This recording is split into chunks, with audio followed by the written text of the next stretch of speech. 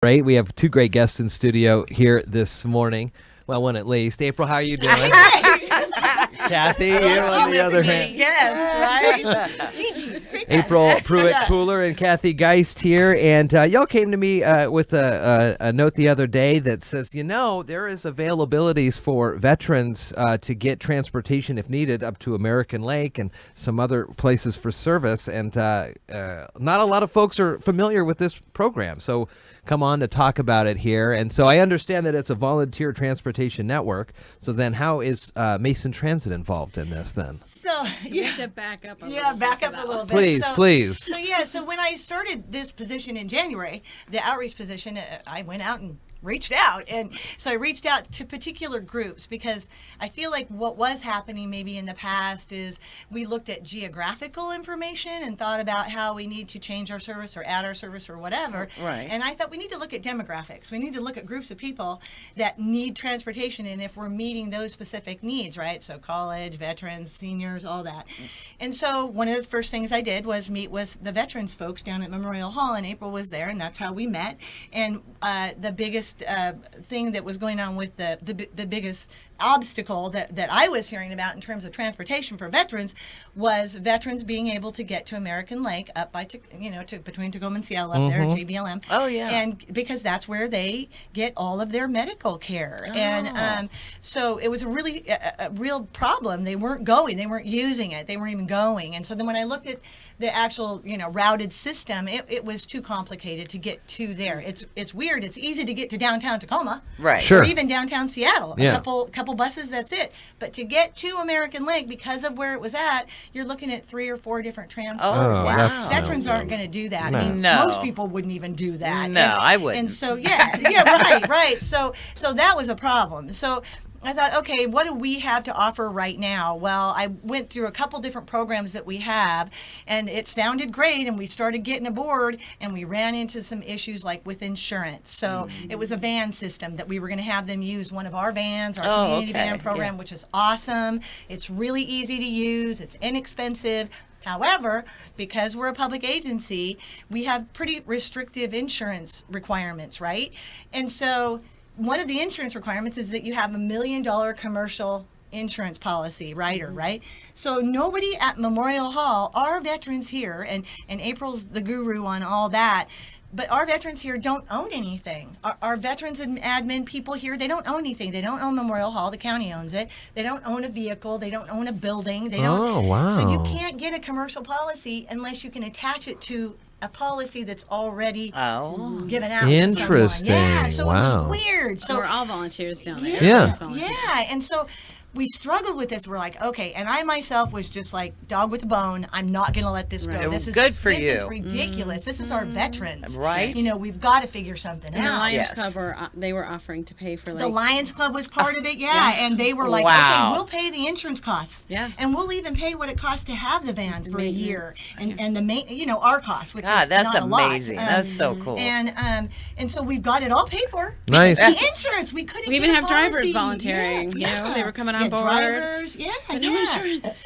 No insurance. And so working through the Lions Club people that we'd already started reaching out to, one of the Lions Club people that I was dealing with is also insurance guy, right? Yeah. Oh, So, perfect. yeah, That insurance works. guy. And so he kind of started looking into it and seeing what he could do. He thought he could. Come to find out, he couldn't do it either. Wow. So then Big we started loophole. looking further, and I'll let April take over. Yeah. Well, it's actually somebody, I think it was still a Lions Club member.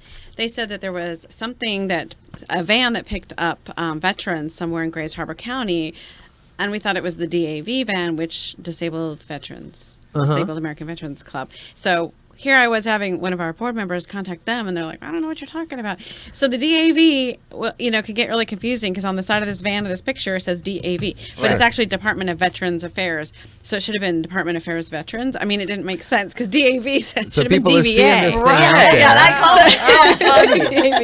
So I just can't believe that we went through all this. But if we didn't go through it, we wouldn't have known what we know now. Sure. Yeah. And what it is there's actually vans from American Lake that I believe the state pays for, the federal government. Anyways, grant from one way or the other. Anyways, we have access by means of a phone number a veteran here can call, and all they have to do is say, this is my appointment date. Obviously, you want to give a good 5 days business notice. Right. And, this is my appointment date. This is when it is. And they can actually pick them up sometimes at their home.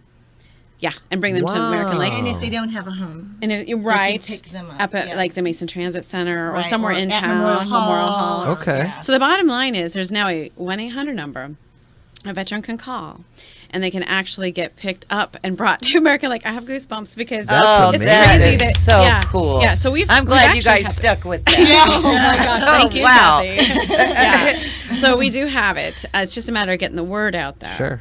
Now, I created a website a couple years ago, and it's not pretty, but it's got information, and we just added That's this all phone it number. needs. I know, that's the thing. Keep it simple, stupid, right? Right. Yep. And so we have that, and there are some rules, of course. For example, you need to make your appointment. It's either going to be 9 a.m. or later, and before 2 p.m. because obviously, there's going to be more than just one person usually getting rides up there. Oh, yeah. And I did speak to the people up there, and they said the best thing to do is a good week in advance notice, but further advance notice is even better. Yeah. And if the veteran knows that Mondays and Wednesdays are the best opportune dates to get picked up, then they can, when they make their appointments, they can keep in their mind, hey, when's the next Monday or Wednesday appointment open? Because it does take quite some time. Now, the VA has been better with if it's over a month to get an appointment. Now they've been sometimes letting us go closer to home, which is really nice too, but that's a whole nother story. Sure. So, also, another big thing is ambulatory. They have to be able to get into the van and out of the van themselves. Okay. So, if there's anything other than that, that's a whole nother obstacle that we would have to look into Because the further. driver is just kind of a normal van pool Volunteer driver. The volunteer driver. Yeah. So it's accessible? Is it not accessible, the van? I don't believe it is. Well, I believe they that'll have be your to next step. ambulatory. That'll be Right. one Get them an Yes, accessible van, don't we? exactly. So people call. Right? Exactly. Yeah. People call up and they say, I have an appointment on this day and this day, and then they work into a matrix. Okay, we're going to be Yes. able to come into Mason County and pick up this many people and then Right. head back up. And that can happen daily?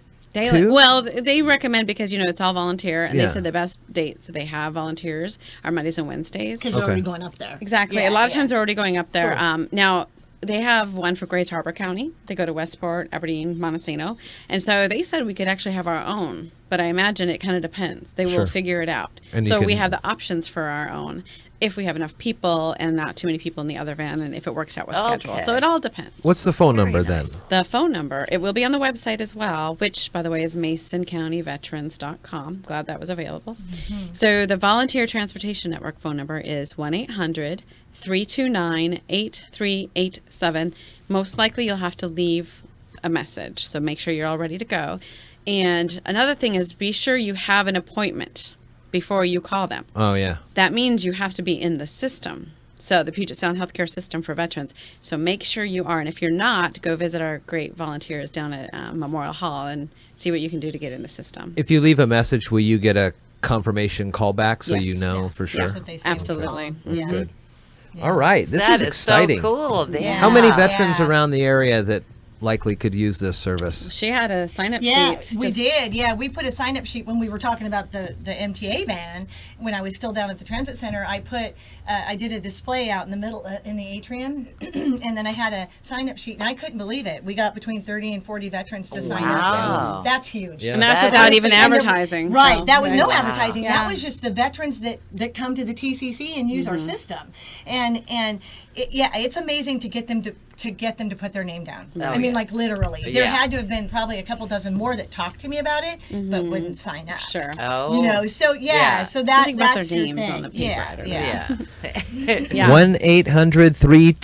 1-800-329-8387. We'll put the number on the show notes and links to the website as well. Before too long, April, we'll get you back in here to talk about your November 17th event, the Veteran Resource Event, where you serve a bunch of veterans and dependents, 100 or so, including some homeless veterans. So we'll have you back on to talk about that. But this is a very cool thing, Volunteer Transportation Network. On a normal day, how long does it take to get up to American Lake? from here? Just An driving hour? up there?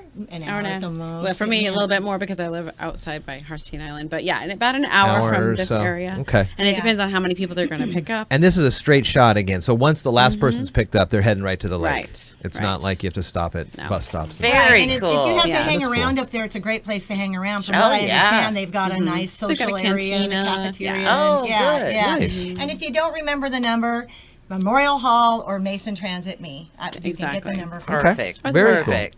cool. Kathy, April, good to see you. Thank you, See ladies. you Thanks guys. for coming Yeah. in and Thank you telling very us about much. this.